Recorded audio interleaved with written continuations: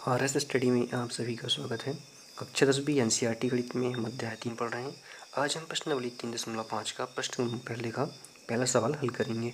ठीक है, तो सवाल है हमारा कि निम्न रैखिक समीकरणों के युग्मों में से किसका एक अद्वितीय हल है, किसका कोई हल नहीं है, या किसके अपरिमित रूप से अनेक हल है। अद्वितीय हल की स्थिति में इन्हें बज्रगुणन विधि से ज्ञात कीजिए। ठीक है, तो हमें यहाँ पे रैखिक समीकरण दिए गए हैं कुछ, तो उसमें हमें बताना है कि किसका एक अद्वितीय हल है, किसका कोई हल नहीं है, या किसके अपरिमित रूप से अनेक हल है। अद्वितीय हल की स्थिति में हो अगर, तो उसे हम बज्रगुणन विधि से हल करेंगे। ठीक है, तो पहले हम थोड़ा इसको समझ लेते हैं।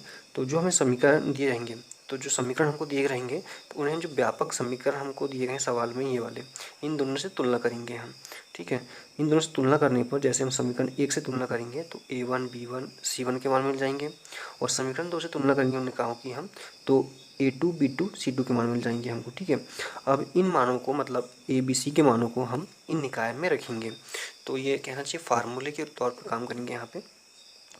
अगर कंडीशन इस रूप में बनती है, A1 A2 B1 B2 के मान रखने पर इस तरह से कंडीशन बनती है, तो वहाँ पे हम कह सकते हैं कि दोनों समीकरणों का अद्वितीय हल है।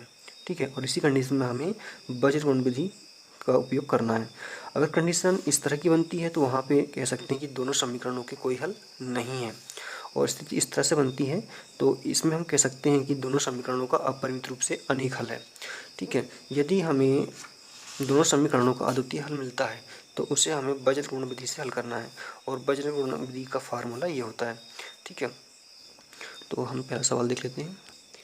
तो हमें समीकरण यहाँ पे दिए गए हैं, x - 3y - 3 बराबर 0। दूसरा समीकरण दिया गया है 3x - 9y - 2 बराबर 0। तो हमें जो व्यापक समीकरण है, उनसे इसकी तुलना कर देनी है। ठीक है, तो जहाँ पे x का गुणांक होगा, मतलब यहाँ पे जो भी नंबर होगा या जो भी संख्या होगी, ठीक है, वो a की होगी, a के बराबर की होगी। और जहाँ पे b का, मतलब जो कि y का गुणांक होगा, b का मान होगा, और ये c का मान होगा। उसी प्रकार यहाँ भी a और b c के यहाँ पे ये मान होंगे।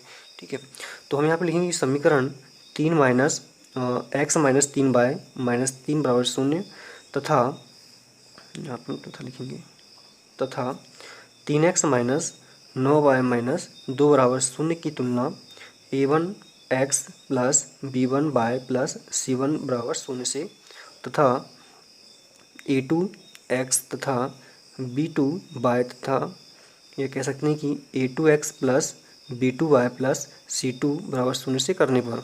तो यहाँ पे इन दोनों समीकरण की तुलना इन दोनों से हम करेंगे, तो हमें यहाँ पे A B और C के मान मिल जाएंगे। अगर हम समीकरण 1 से तुलना करेंगे, तो हमें A1 B1 C1 के मान मिलेंगे, और यदि हम समीकरण 2 से इसकी तुलना करेंगे, तो हमें A2 B2 C2 के मान मिलेंगे। ठीक है, तो हमें मिला A1 बराबर 1, क्योंकि यहाँ पे x गुणांक 1 है तो 1 आ जाएगा, और B1 का मान मिला -3, तो y का जो गुणांक कितना है -3 है, तो वो यहाँ पे -3 आ जाएगा। C1 का गुणांक कितना है यहाँ पे -3, मतलब यहाँ पे जो अचर राशि है वो आ जाएगी यहाँ पे -3 के रूप में। उसी प्रकार यहाँ से हमें A2 बराबर 3, B2 बराबर -9 और C2 बराबर -2 मिला। ठीक है, तो हम यहाँ पे इन दोनों का अनुपात निकाल लेते हैं। तो जैसे कि A1 और A2 का जो अनुपात रहेगा, वो इस रूप में जाएगा 1/3 के रूप में, और B1 B2 का जो अनुपात रहेगा, तो यहाँ पे -3 और -9 आ रहा है, तो माइनस से माइनस कैंसिल हो जाएगा, और 3 से 9 कैंसिल हो जाएगा, 3 × 3 और 3 × 3 = 9। तो A1 और B1 और B2 का मान 1/3 मिला।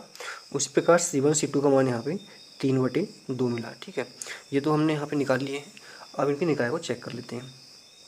तो जैसे कि हमने पहले शुरुआत में यहाँ पे समझा था कि इन निकायों में मान रखने से हम चेक कर सकते हैं कि इनका जो मान है वो किस तरह का है। तो देखिए यहाँ पे कंडीशन क्या बनती है कि A1/A2 बराबर नहीं है B1 B2 के। अगर ये कंडीशन बनती है तो केवल एक हल है, या कह सकते हैं कि अद्वितीय हल है। तो देख लेते हैं यहाँ पे A1A2 बराबर B1 B2। तो A1A2 का अनुपात कितना था 1/3 बराबर, और B1 B2 का मान कितना है 1/3।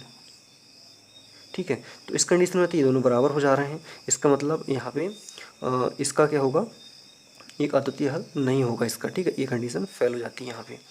तो यहाँ पे ये कंडीशन बन जाती है, मतलब ये कंडीशन यहाँ पे फॉलो नहीं होती है। ठीक है, तो अब दूसरी कंडीशन में मान रख कर देख लेते हैं यहाँ पे। तो दूसरी कंडीशन क्या है हमारे पास में यहाँ पे, A1 बटे A2 बराबर B1 B2 बराबर C1 C2। तो यहाँ पे ये बराबर नहीं है, ठीक है। अगर ये कंडीशन बनती है तो हम कह सकते हैं कि दोनों समीकरणों का कोई हल नहीं है। तो यहाँ पे हम देखते हैं, इतना हमने यहाँ पे हल किया था तो हमको 1/3 बराबर 1/3 तो मिल चुका था।